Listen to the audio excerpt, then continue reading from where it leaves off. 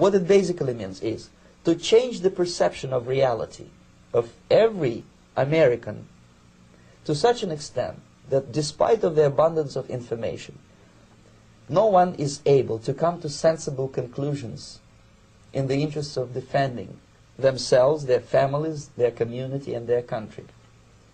It's a great brainwashing process which goes very slow, and it's divided in 4 basic stages. The first one being demoralization. It takes from 15 to 20 years to demoralize a nation. Why that many years? Because this is the minimum number of years which requires to educate one generation of students in the country of your enemy, exposed to the ideology of the enemy. In other words, Marxism-Leninism ideology is being pumped into the soft heads of at least 3 generations of American students without being challenged or counterbalanced by the basic values of Americanism, American patriotism. The demoralization process in the United States is basically completed already. For the last 25 years.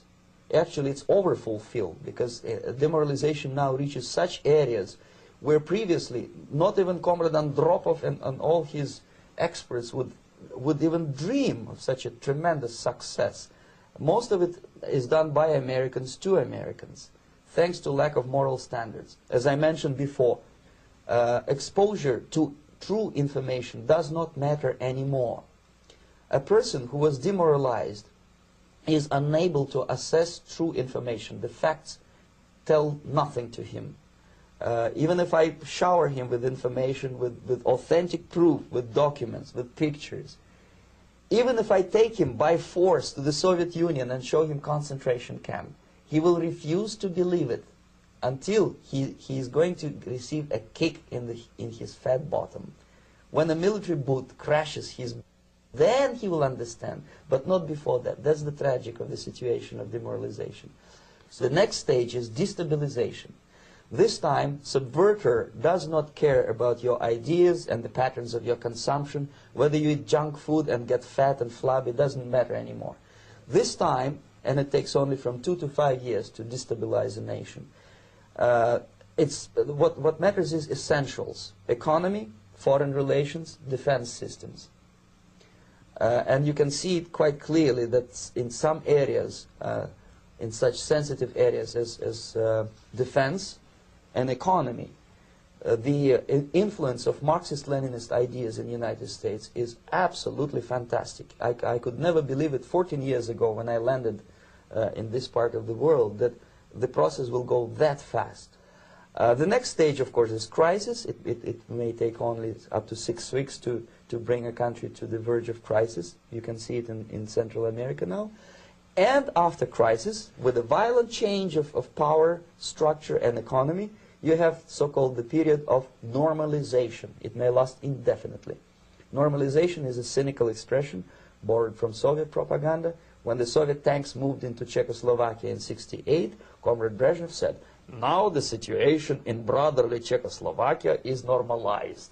This is what will happen in the United States if you allow all these schmucks to bring the country to crisis, to promise people all kind of goodies and the paradise on earth, to destabilize your economy, to eliminate the principle of free market competition, and to put a big brother government in Washington, D.C., with benevolent dictators like Walter Mondale, who will promise lots of things, never mind whether the promises are fulfillable or not.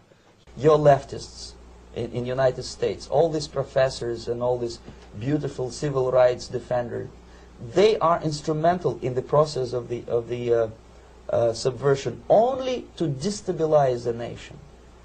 When their job is completed, they are not needed anymore. They know too much.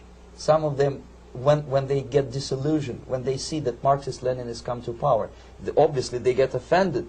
They think that they will come to power. That will never happen, of course. They will be lined up against the wall and shot.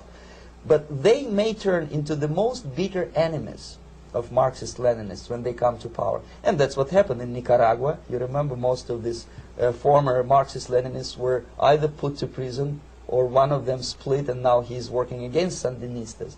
It happened in Grenada when Maurice Bishop was already a Marxist. He was executed by a new Marxist who was more Marxist than this Marxist. Same happened in Afghanistan when first there was Taraki, he was killed by Amin, then Amin was killed by Babrak Karmal with the help of KGB. Same happened in Bangladesh when Mujibur Rahman, very pro-Soviet leftist, was assassinated by his own Marxist-Leninist military comrades. It's the same pattern everywhere. It's divided in 4 basic stages: demoralization, destabilization, crisis, normalization. They will be lined up against the wall and shot, wall and shot, wall and shot, wall and shot.